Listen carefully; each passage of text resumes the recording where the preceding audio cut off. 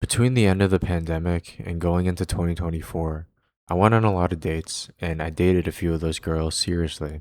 And something I noticed during this time was that regardless of their background, the city they grew up in, the school they went to, whether they were an introvert or extrovert, didn't matter. There was one thing that the vast majority of them had in common, and it was their lack of hobbies. Every time I asked what they enjoyed doing in their free time, it was things like, oh, I like sleeping. Oh, I like rotting in bed. I like watching reality TV. I like doom scrolling on TikTok. Basically, all the same. Something along the same flavor of that. And before you accuse me of dating the wrong women or just hating on them, this is not exclusive to women whatsoever. At school, work, or on a Friday night out, you'll find countless men and women whose personalities are regurgitations of the environments around them. You'll see things like ravers whose entire personalities are EDM and rolling, or just in general, talking heads who parrot what they hear online from insufferable TikTok influencers. My question is, what happened to originality? What happened to blocking out the world to hear your own voice? Did the powerhouses of the world finally figure out how to herd us cattle by dangling a Benjamin Franklin in front of our faces? This is not something that happened overnight. Sometime in the mid 2010s, I would say, and most notably after the pandemic, this is when I noticed a grave shift in the demeanor of society, which was the death of passion and creativity. It felt like society fell into a depression where the focus on survival and making money became so strong that everything basically gravitated towards that goal. Social media stopped being just a fun creative outlet driven by passion and creativity and sort of evolved into this mosh pit of monetization and fake personalities. I mean, just look at all the content out there, all the streaming and whatnot, right? It's really just people fabricating scenarios, fabricating personalities to drive engagement, to make money. On top of that, corporations you see these days, they lost their whimsy and instead they basically turn towards optimizing profits.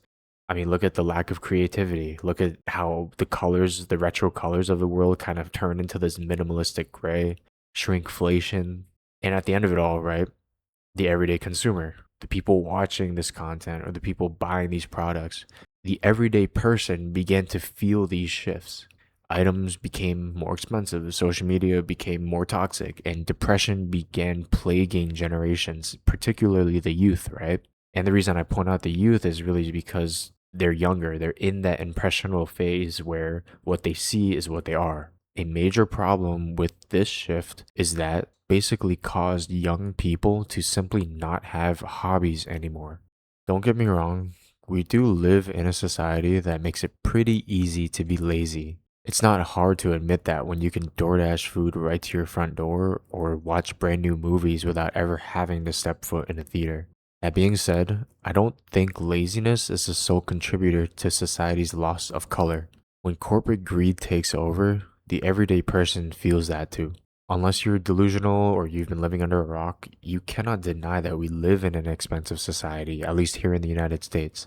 Nearly anything you can think of besides maybe fresh air has a price tag attached to it. And that's not to mention the ridiculous fees and taxes we have to pay on literally everything in America.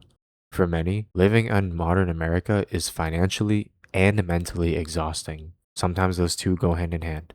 Having to work 8 to 10-hour days simply just to keep food on the table, clothes on our backs, and a roof over our head is draining. Not to mention, work itself can be physically demanding and or soul sapping, right? Whether you're blue collar or white collar, it doesn't really matter. It's tiring in its own way. And to be honest with you, I'm Gen Z. I don't care if a boomer wants to sit here, call me lazy, and tell me to stop spending $10 on coffee, which I don't, by the way. But at the end of it all, life is a blessing on borrowed time. It should be more than just slaving away and counting pennies and saving money just to afford the necessities. That being said, when bills are knocking on your door, deadlines are stacking up, and your energy is at an all time low, doom scrolling is in fact a low energy escape for lots of people. As I mentioned before, right, when money is tight and when you simply do not have the energy or the time for the matter to go pursue hobbies, to go try things out, we go for the cheap and the easy option, whatever's going to bring us immediate stress relief at that moment. Right? Capitalism is a dog eat dog world. In order for capitalism to work, there needs to be winners, and in order for there to be winners, there needs to be losers. The winners win by feeding off of the losers, and that's just the game we are forced to play. With all that being said, though, part of the problem is that most people will concede to this grim fate, and it's actually quite dystopian if you think about it. People are more willing to roll over onto their backs than they are to fight for the life they watch on TikTok. For the younger generations, all they know is the world of social media. Instead of spending their critical periods playing outside or watching cartoons, they watch streamers sleep and OnlyFans models shaking ass. That is dystopian if I've ever seen it. They spawned into a world where instead of learning how to chase their dreams, they learned only how to live vicariously through screens. And insult to injury, alluring marketing tactics by tech companies have enamored everyone and are keeping them addicted to their products and spending stupid amounts of money on things they don't need. Right? Look at how much advertising is shown on things like Instagram, right? Or TikTok Shop, right? They're shoving products down your throat every other post. And that brings us to the root of the problem. Regardless of age, social media is a dopamine hit. There's no challenge, there's no energy expenditure, and there's no expense. Cheap and easy. Building passion is an investment. It requires time, it requires dedication, it requires finances sometimes. But nobody has the energy or the extra cash lying around to really commit to these things anymore. But social media is not a hobby, nor is slaving away for $1 billion corporation. People get so caught up building the house that they forget to decorate it, right? There's a difference between a house and a home. Yet so many people spend many of their prime years working in a cubicle just trying to make money, right? There's no investment into themselves, there's no investment into their passions, their hobbies, the things they want to get from this world when time is all said and done. I think the biggest realization here is that when you relinquish your light to the detriments of society, basically when you surrender yourself to the long work hours, the rampant consumerism, the depression, you are effectively surrendering your life to the people shoving these things down your throat, to your boss, to Uncle Sam, right? To your mental. Time and time again, we hear people say things like life only gets harder and that life is never going to be easy. But how many people actually rise up to this challenge? And I don't mean enough to survive, I mean enough to thrive in the harsh realities of the real world. Life getting harder doesn't necessarily mean that it needs to suck. It just means that it becomes more convoluted and a little bit more complicated to earn the life that you want. But that just means that it takes active effort from you. And a lot of times too, even on things like social media, funny enough, right? You'll see people talk about these kinds of problems, but you're really only seeing it from the perspective of the winner. A lot of times we see people's highlights, but we don't see how many people are suffering behind that. I've struggled with the same problems, and I do time and time again. I mean, some days, even in recent times, getting out of bed is difficult. I'm not afraid to admit that. Sometimes I'm tired, I'm depressed, the weather sucks, whatever it is, right? The will to seize the day and pursue anything is a fight against my mind. But funny enough, most of these feelings are literally just that, right? They're your mind. If I told you to get up and run 100 feet for $1,000, you would do it. Most people would do it. It's not a matter of physical constraints, it's a matter of ignoring and overpowering the doubt in your head. Now, obviously, it's easier said than done, right? I'm just telling you, oh, it's all in your head. Not necessarily, but what I'm saying is that a lot of times our biggest enemy is the voice in our head.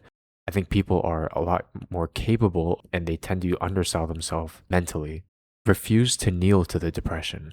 Refuse to kneel to the corporation. Color your life on your terms. What people fail to realize is that you have to actively search for your passion. It will not find you. You have to be proactive. And as a matter of fact, passion is something that you have to gradually build over time. It's not something you try once and all of a sudden you have it. I think the obvious first step here is that you have to get off your ass and actually do things. Like I said earlier, you have to find passion. It will not come to you. 99% of the time, it won't just find you without your effort. And sometimes being impulsive is not a bad thing. Impulsively throwing yourself into a square dancing class or boxing lessons will start that conversation with yourself, right? And it really is a matter of having that conversation with yourself. Don't try things once and just give up, but also don't do something 100 times before you accept that it isn't for you. Iteratively try something, Then have a conversation with yourself, refine your approach, and repeat, right? Don't waste time, don't procrastinate. Getting started is one of the most difficult parts of anything, really, because uncovering passion, like many things, is momentum based and requires introspection and analysis that goes beyond the surface level of whether you enjoy an activity or not, but rather why. I met a lot of people who hate toddlers because they constantly ask, why? Why can't I have dessert now? Because you need to eat dinner first. Why? Because you need to have nutritious food before junk food. Why? Because you need to focus on being healthy before enjoyment. Why? Although annoying, this constant questioning of what seems trivial and common sense will actually reveal more about yourself than you think. And personally, I feel like adopting this style of questioning even the most basic of things is actually good because you might actually uncover a discrepancy in a fundamental belief that you have because you had never questioned it before. It's very possible that some of the fundamental truths that you've accepted up until this point were not actually truths, but rather just something that you've adopted along the way. Maybe it was somebody else's truth, but it's not yours. Maybe the reason you feel lost or haven't figured it out is because you're working off of a false assumption. One example of this is the stereotypical path of getting married, having kids, and buying a house. If that's what you're working towards, but you find your life repetitive, dull, and hopeless, perhaps you need to question what your goals really are. Maybe it's another external factor. Maybe you're simply just working towards the wrong life goal. When you're unsatisfied with life, when you're bored, or when life's losing its color, that is the best time to begin questioning the foundation. Being bored is a blessing if you think about it. It means you know how it feels to have excitement and how it feels to not. That's how you're able to identify that you're bored.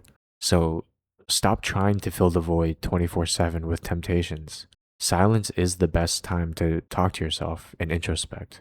So many people have never had difficult conversations with themselves, and it shows.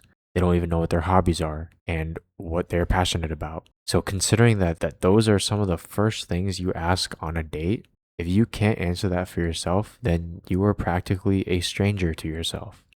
So think about that. If you really want to take your life back from work and distractions, if you really want to live a life of passion, a life that belongs to you, put the phone down, get outside, and begin talking to yourself.